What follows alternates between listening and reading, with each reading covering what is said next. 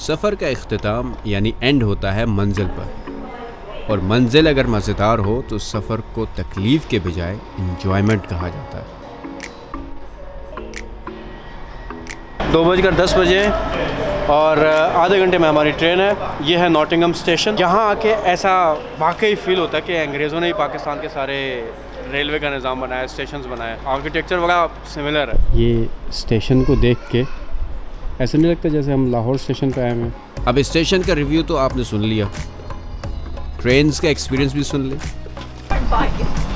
बैठ गए जी ट्रेन में, ठीक है, इतनी बुरी नहीं है। Interior okay. मेरे पास जो रेफरेंस है ना जिसके अगेंस्ट कंपेयर करना, वो है इटली की ट्रेन्स।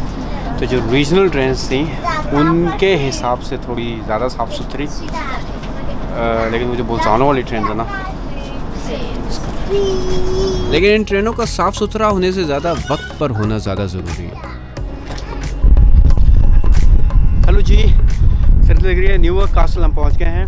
यहाँ से थोड़ी सी पैदल वॉक करके न्यूयॉर्क नॉर्थ गेट स्टेशन से दूसरी ट्रेन लेनी है। ये था आधा घंटे का सफ़र, आगे है हमारा कोई 5 घंटे का सफ़र।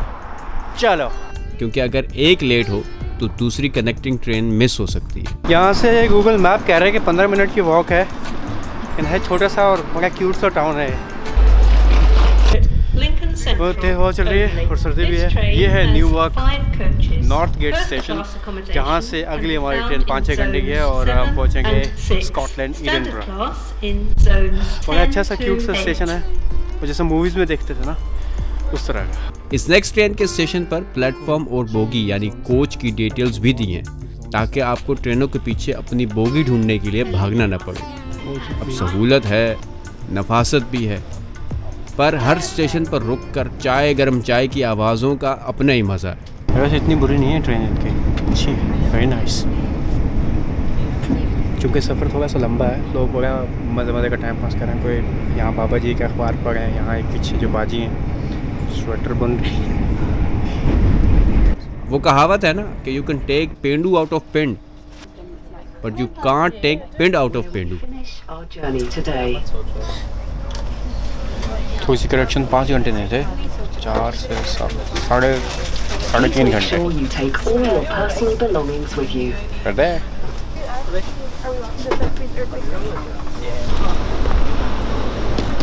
पहुंच गए एडिनबरा वेवरली।